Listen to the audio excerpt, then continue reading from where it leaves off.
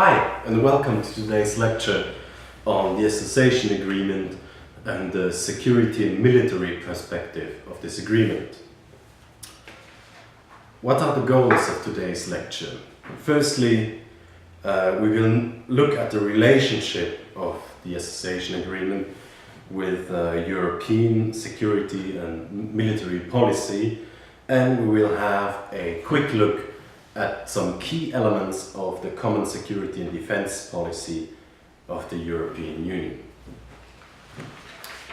Well, two important facts about the Association Agreement, its relationship with European military and security policies. First of all, the Association Agreement will not automatically lead to a NATO membership. This is an argument that you have often heard of opponents to the Association Agreement. Well, there is no such clause that implies that Ukraine will have stronger ties with NATO. There is no clause calling for collective security, for example, which would entail a assistance of NATO countries to Ukraine in case of conflict, in case of an armed conflict with Russia. This is an argument that was brought before, but it's simply not true. The NATO is a completely different organization from the EU with its own rules and mechanisms.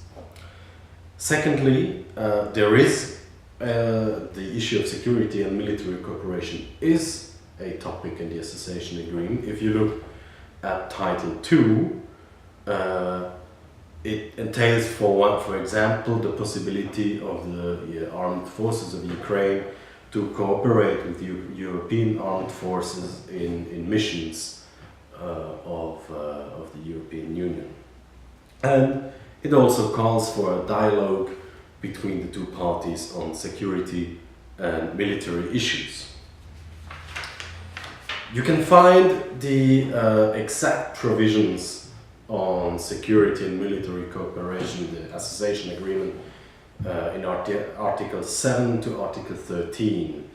The main topics here are a dialogue between the parties on issues such as conflict prevention and crisis management, but also regional stability, disarmament, non-proliferation of nuclear weapons, arms control and space policy even. These provisions make it possible, as I said before, for the Ukrainian armed forces to take part in EU security and military mission where it makes sense. It also calls for the ratification of the Rome Statute of the International Criminal Court in The Hague, so to hold war criminals accountable for their actions. It aims at promoting regional stability, security and democratic development. And it also gives the possibility or opens the doors for military technological cooperation between European Union and Ukraine. The European Union has an agency, the European Defence Agency, which is building up this cooperation. And for example, it would be possible that the procurement of armament could be coordinated between Ukraine and certain EU countries. And last but not least, one big aspect of this provision is combating terrorism, which is a key issue for the European Union. So, although the provisions that are addressing security and military cooperation in the Association Agreement are only found in a few articles, they refer to the Common Security and Defense Policy, the CSDP. What is the CSDP? The CSDP is a tool of the Common Foreign Policy or the Common Foreign and Security Policy of the EU. It's a tool which aims to strengthen the European Union's ability to act through the development of civilian and military capabilities in conflict prevention and crisis management. The CSDP is regulating the relationship between the European Union and the North Atlantic Treaty Organization, the NATO. And nowadays the relationship could be described as following. NATO is responsible for the territorial defense of Europe and for the peacemaking, while the EU is responsible for implementing missions such as peacekeeping. What are the objectives and the competences within the common security and defense policy? If we look at the Treaty of the European Union, at the legal sources, Article 42, in Article 42.1, this provision says that the Union has the military capacities, operational capacities to conduct missions outside of the Union for peacekeeping. We will shortly see what such peacekeeping missions are. And they are doing so in accordance with international law and the principles and the UN Charter, the principles of the United Nations and the UN Charter. These tasks or this performance shall be undertaken and used by capabilities provided for by the member states. So the European Union doesn't have its own army, but the member states are putting their own armed forces in front line for these tasks. Article 42.7 is regulating the relationship to NATO, and it's very interesting that NATO is within one of the main treaties of the European Union, and the European Union is reaffirming this strong relationship with NATO and its commitment to act together and to guarantee a collective defense for its member states.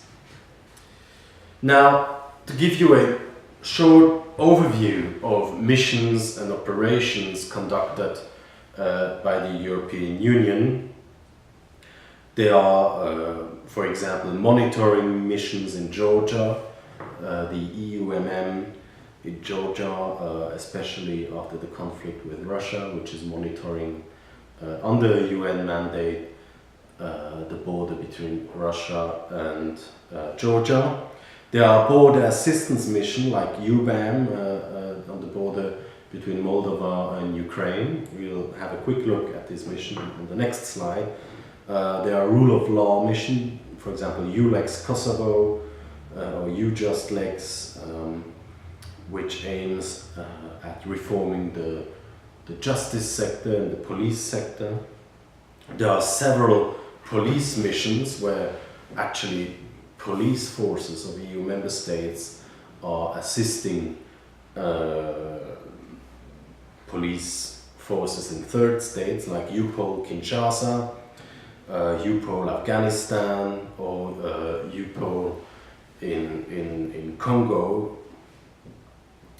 And then there are security structure reform missions in Congo, also in Guinea-Bissau, EU military training missions all over the world actually, which are much smaller missions, but still so you can find EU training missions, military training missions where members of armed forces are training militaries of third countries.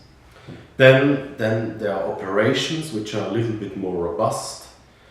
There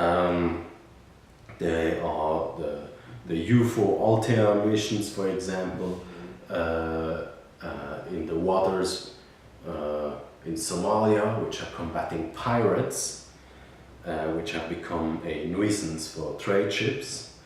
and there are EU battle groups, which are groups of armed forces of the EU member states, which can be deployed very rapidly in a very small amount of time, if needed in case of a crisis. So these are, for example, missions where armed forces of Ukraine could be integrated if necessary on the basis of the association agreement.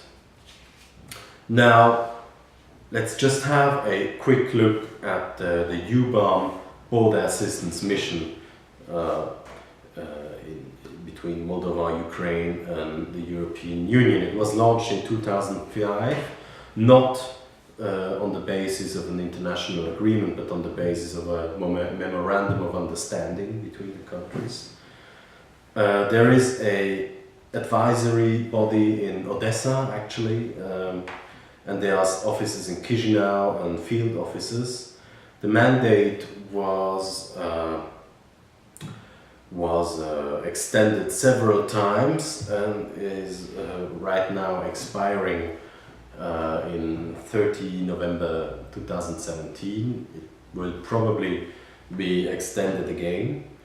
The idea behind this mission is to harmonize border control and custom and trade standards, and to align the formalities with procedures that are found today in EU member states.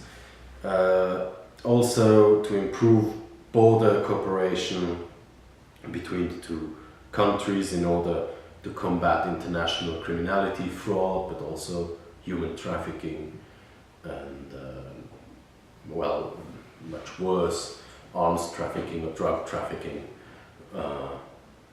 issues. And this mission now also has newly received the mandate to fulfill or to implement the obligations that are resulting from the DCFTA, the Deep and Comprehensive Free Trade Area.